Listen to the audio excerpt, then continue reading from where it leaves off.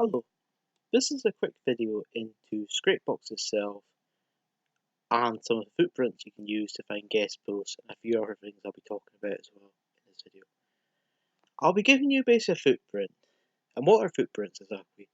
Footprints are basically things which allow you to find things in Google or simply to have a term which you can then use to find things such as we want to put a term for articles, forums, guest posts, whatever. You get the general idea by footprints anyway. It's just something that we use to identify things in ever. For example purposes,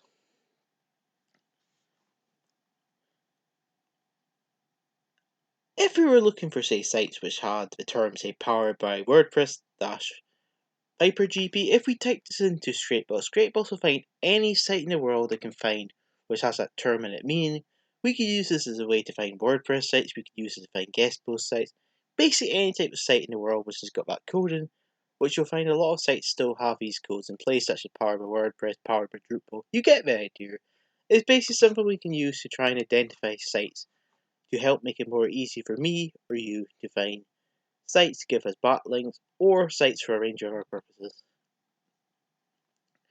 Well, looking at the settings may seem a bit confusing to you, but it's not as hard as it may look to you. You have basically two main options. You have custom footprint, which I normally stick to, or you can have platform. So what exactly is a platform? Well, a platform is basically a website type to you. We can see here, we can have images based, we can have guest book, we can have BBS, we can have blog, forum, contract forum, track back, so we can have as many as we want or tick them off if we don't want, such as we say don't want that one, we can tick it off or tick it on. We can also do select none, select all. It's pretty simple settings, you can see.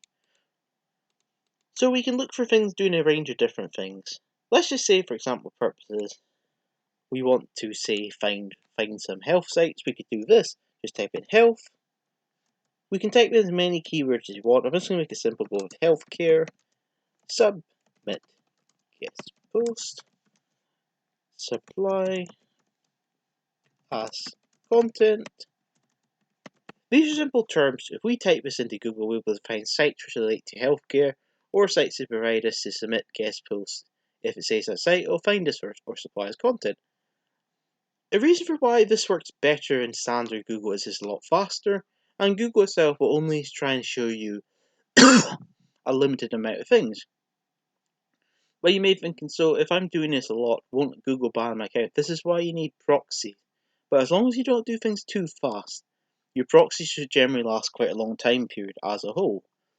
And the way scrapebox actually works is when it's harvesting, it tries to do it as natural as possible. In a sense, if someone's seen it on their site, they're going to have a hard job telling this is done by a program and not a real person, unless you're doing it at a very, very fast rate.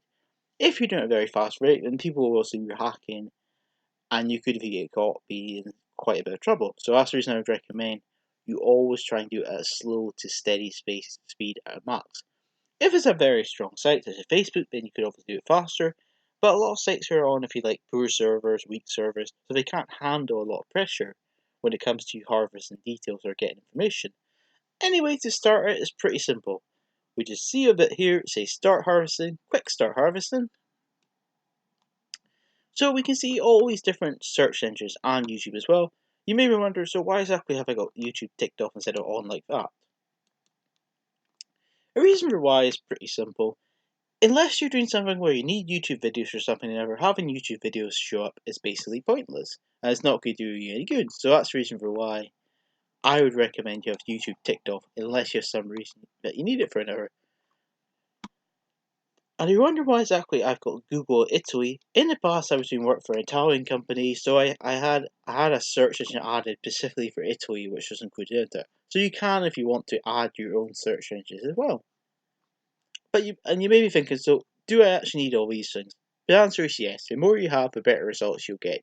But in general, the three you'll get your best results from will be Google itself, Yahoo, or Bing. It does always depend, but sometimes Yahoo can give better results, sometimes Bing can give better results, or sometimes Google. It kind of always depends. And also as well, I think, yeah, we got that. DuckDuckGo can as well give pretty good results. It always depends. But these are ones you want as a minimum. Google itself, Yahoo, Bing, and DuckDuckGo. The rest of them, it's really your choice. I'd recommend you have it unless you really don't want it for one reason or another. Quick start. And one thing you'll find quite interesting if you don't already know this is, one of the biggest things which gives us errors when we're looking for sites is this, is proxies. If you've got proxies that don't work, or broken for one reason or another, then you'll get a lot of errors. If you keep getting lots of errors when you're searching for things when it comes to scrapebox, in most cases it's down to your proxies. You'll find if you replace your proxies with fresh ones, that will in most cases sort it. So that is basically the biggest problem people generally find with scrapebox is proxies die. It's just part of life, it just basically die depending how fast you use them and depending how heavy you use them. If you use them quite slow or quite small, they will generally last longer as a whole. The speed of this thing, it kind of always depends on how many keyword or keyword phrases you're using. If you're only doing a couple, it should be done in around a max of about half an hour to an hour, depending on how fast your internet speed is. If you're doing lots of them, it could take a full day, it could take a week, it could even take a month. It purely depends how many keyword or keyword phrases you're looking for how long it'll take. So this is the reason for why I would recommend, if, this is a big if you're just going to do a small amount, then you can just leave your computer running for a half an hour, say go for a walk, whatever. If it's going to be taking a while, say a full day, then go on to something else. And one thing you must remember, which is very, very important, Scrapebox itself has no limit to how fast it can go. In a sense, you could actually, if you're not careful with your Scrapebox program, you could actually break your program if you put it in too high a setting. So you must, when you're using Scrapebox, make sure whatever settings you're using or whatever speed you're using is compatible with your computer. Because Scrapebox itself has no limit to how fast it can go. And because it's got no limit to how fast it can go, if you're doing things at a too fast a rate, then you could damage your computer or you could break it. If your computer, for example, purpose is just one of these ones you got purely for the purpose to break it or just for Scrapebox, something like that, then it doesn't really matter as much. But if it's your only computer, then you need to use Scrapebox with a bit of sense and a bit of reality regarding how fast you can be using things for. I'm not going to be showing you this thing going fully because it's a wee bit slow at the moment. It just depends on how many are using the proxies I'm using and all that kinds of stuff. I'm just going to stop it for you now. I just want you to get the idea of how it works, how stuff goes. You can also see as well, it goes down and down the active threads. Once the thread's down to 0, that means we can go with another job. You sometimes have to wait until a program finishes before you can do it. When you stop, it doesn't mean it stops exactly, because Scrapebox itself is processing at such a fast rate. It's not going to mean it the exact second you press stop, it stops right now. You can see here as well, it gives us lots of information about where it's finding things. So we can see here at the moment, the main one's coming from the terminology called power for images. I wanted to show you with custom footprint and with platforms, just so you get the idea of the difference between both. Okay, so now what can we do? We can see here quite a lot of them actually, log spots, that kind of stuff. So what can we do with this list now? Well, we've got to try and get some way to organize it. What do I mean by organize it? We want to get rid of our duplicate URLs, so remove duplicate URLs. So we're down 10 now. Remove duplicate domains. Okay, so we're now down to 40, so now it's a lot easier for me or you to read. Because it's a lot more easy for me or you to read, we can now then decide, okay, I'm going to keep this list for some reason or another, and I'll use this later on. So you can just see here, for example, it's found a couple blog spots, so if they're any good, I could say register and that kind of stuff, or you can do it yourself. You can also as well import your list. So if you had a list from somewhere else, you could import it here and just sort of get all replaced with that. You can also import and add to current lists. So if we want to keep this list and say add in for a few hundred, we could add it in quite easy. We can also as well, which you may find quite cool, we can also export this list.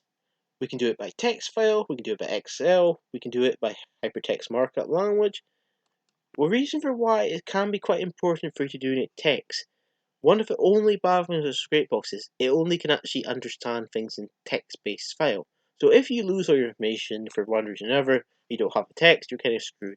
That's the reason why I'd recommend, if you're doing important things, or you need to keep it running, just do it as a text. You can call it whatever you want. Let's just make it simple, call it test1. Test1. So that means now, we'll see here, outside of that, we'll have test somewhere here. My screen's a bit full, but it is definitely here somewhere. And the same again for when we do Excel or hypertext markup language. we can just do Excel. I prefer Excel myself because it's easy for me to understand. So let's go test 22. Okay, click save. So that means we've now got a record of that's in Excel. So it's easier for to understand or staff to understand. Let's just say now I say, oh, I hate this list for some reason ever. Just click clear. No problem, that's it done. So let's talk about custom footprint now. Custom footprint means it'll basically look for anything. In a sense, it could be looking for WordPress sites, it could be looking for Drupal, it could be looking for anything. If you have custom footprint, you'll generally get better results. Platforms is more, it's alright, but I always thought that custom footprint is much better. But you may decide platforms is better for you. It's completely your choice. Anyway, now let's start harvesting again. I just want to do it a couple of times with you so you don't forget or you don't get confused, think, oh, you just don't want to confused. That's the idea behind it, okay? So just like before, a quick start.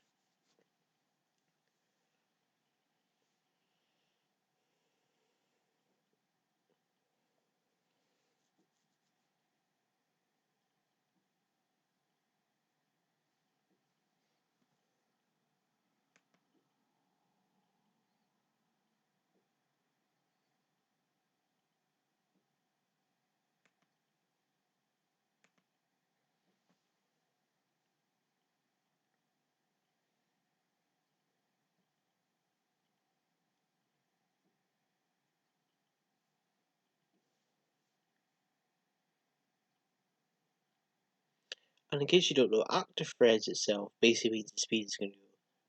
So we can see here we're getting errors. So why am I getting errors? Or why are you getting errors if you see the same thing? The reason for why we're getting errors here is down to this. Because the proxies I'm using are I purposely pick ones that aren't good, so you get the idea of errors. If you're using bad quality proxies or proxies die off for whatever reason, you will get more errors and it will generally not work. So all you do after that is you just find new proxies or buy new ones. It's completely your choice. Personally for me, I've never ever bought any proxies for script, I don't think ever. The reason for why is for me, I'm not really too bothered about running all the time really fast for it. I'm quite happy just leaving scrapebox, going into something else, then coming back. I can see the logic why some people prefer paid ones. It does improve the speed, that kinds of stuff. But for me, it doesn't really make much difference. I'm just happy enough with free ones. To me, free ones, if they die, I can get new ones tomorrow, today, whenever. So it doesn't make any really much difference for me as a whole. So we can see here as well, so far with the results, we got Google 24 hours is giving us the most. And at the moment, the only one that's not Google that's given us is my web search. I'm just going to stop it now, just so it doesn't take too long for you. I just want you to get the general idea of how exactly this program works and how you can be using this yourself. So when you see errors like here, as I said, that means the main reason for why is probably your proxy. Another reason as well, which can happen, is let's just say, for example purposes, the website you're on is offline for some reason. If it's offline for some reason, Scrapebox will then say, oh, this is an error, so that's why. So it can be a good idea if you've got the time, if you can actually check it yourself or have someone else check your results. In general, Scrapebox will be right around 95% of the time for websites. But if it's not right, just check it, get whatever problems fixed, that kind of stuff. Or if you have your staff do it, check it over that way. So it can give the mistakes, but overall it's majority right. So we can see here, we can go right to find out more. We can see my web search, that kind of stuff. So we can export from here if you want to, all data to an Excel file. But as I said to you before, I wouldn't recommend you do that. Because with reference to how it means you get a lot of duplicate URLs, so you'll spend a lot of time wasted on this. Let's go with now remove duplicate domains. So we can see here, alone that's actually taking down a lot of our list. You can see here as well, searching to submit an article. This is just pulling up lots of places we can get guest posts from quite easy. The list is never going to be 100% perfect, but it's still a good thing. And I'll also explain to you a bit more about how exactly it harvests. It will basically harvest for anything in the world it can find which has the terminology healthcare. So for example purposes, let's just say someone's username in a site called healthcare. If someone's username is called healthcare, Scrapebox finds it, it will pull up the resources, pull up that site. So you will get some sites which are not related, but you may get some use from them nonetheless. We can also check the metrics from, say, Yandex. Yandex, in case you don't know, is Russian search engine. It is pretty good. I have used it a few times. You can also use with proxies or without. Let's just do a check and see what happens. The reason for why it can be errors, it could be the site doesn't have a record, it could be the site's offline. I can't remember, but if I remember correctly, that's just something bad if someone's finding it. But you get the general idea. It finds that. We can say here that, according to them, it's got a 10, so we could then assume it's a good quality site, that kind of stuff. And you can see here as well, it does work quite fast. It is doing roughly what faster. It's doing so many every second overall. So if we were waiting for it to be done, it wouldn't take much time. It wouldn't be a case of it'd be here a week, a month, that kind of stuff. So it'd be done approximately within 5 minutes or so. I'm not gonna wait it's fully finished. The reason for why is I don't want to make this video just wasting time. I want you to get something of value from it. If we want to say pause it, do that. If we want to stop it, we can do that as well. I just want to show you settings. And if we want to say a fix of that between that, we can do that as well. Change the settings to get better quality results. We can also do it from a URL metric to the domain metric. We can also check if a site's been indexed in Google or not. So if we want to see if these sites are indexed, no problem at all. We can find it out quite easy from this.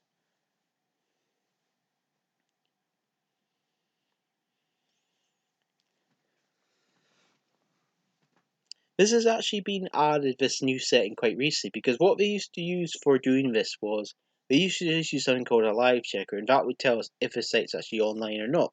So this is quite a cool add-on they added quite recently. I personally use a live mode mostly since I've always used it, but you may find yourself that this is better, that kind of stuff. So you can see here as well, that's not online according to them at the moment, that is online, that's got an error. So you can just go through this. You can see as well, it is processing things quite fast as well, which is quite cool, quite smart, so you won't be delayed too long waiting for this program to be done. As you can see here, I'm just going to stop it so you don't get delayed too long in this video. As I showed you before, it's just down to active threads for what takes the speed down, that kind of stuff. And please remember as well, when it comes to scrapebox, if you put a setting too high or a speed too fast in your program, you will find that will be a number one reason your program will crash some of the time. If that happens, just turn your settings down a wee bit, and that problem will be fixed for you. So don't worry about it if it happens. Just change your settings, and it can be sorted quite fast for you as a whole. Okay, let's go with now close. I'm just going to show you now before I end this video about the live checker. The live checker, in case you don't know, a live checker is basically something which will check if the links are alive in Google at the moment. Now to do that, we can just load it from Scrapebox Harvester or from a file. So you can see here, this is where what I was telling you about the text file becomes so important.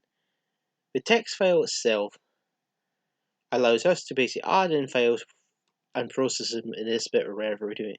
So if we want to use proxies, we can do that. If we want to put retries, the reason why retries can be quite smart, it could simply be that for some reason you got an error in place. It could be whatever. It doesn't really matter too much. But whatever reason for why you got an error in place, having retries of 3 is sufficient. You could do 4, you could do 5. It's really your choice. But for me, myself, I recommend 3 is sufficient, and that's what Scrapebox has already self-put into place. Okay, so we got it all loaded. Now let's just click start.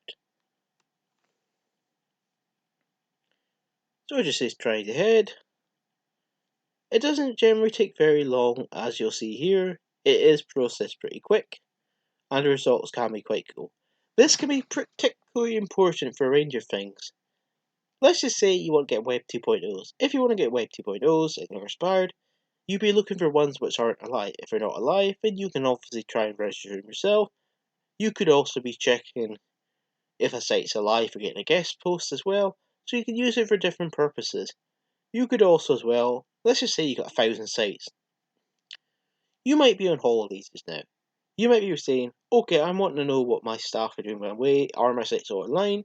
So you could use this program as a possibility to basically get your site online faster. check if they're check if they're online when you're away.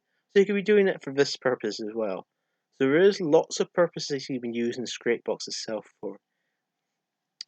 I'm not gonna have this thing completely go through because I don't want to waste too much of your time. But you get the idea generally how it works. It's pretty simple, nothing too complicated here for what you're doing. In this case, we'll be purely processing the ones which are alive. I want to process the ones that are alive because I want you to be able to see what actually happens after that's done.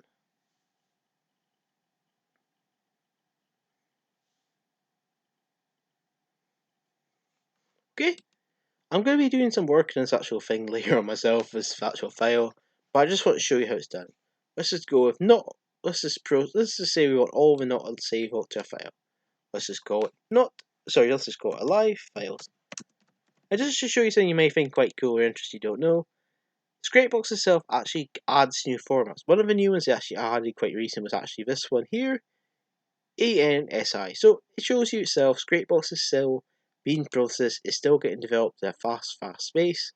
Because it's getting processed at such a fast rate, it basically means that if for example purposes, we decide to buy an upgrade, we're worried in case the program or company is going to be bankrupt next year, it's highly likely the Scrapebox itself is always getting regularly developed, it's always having new add-ons done, it's always having improvements. If, for example, purpose, I say, hey, I've got a problem with Scrapebox today, could you help me? Scrapebox itself will generally reply within roughly 1 day.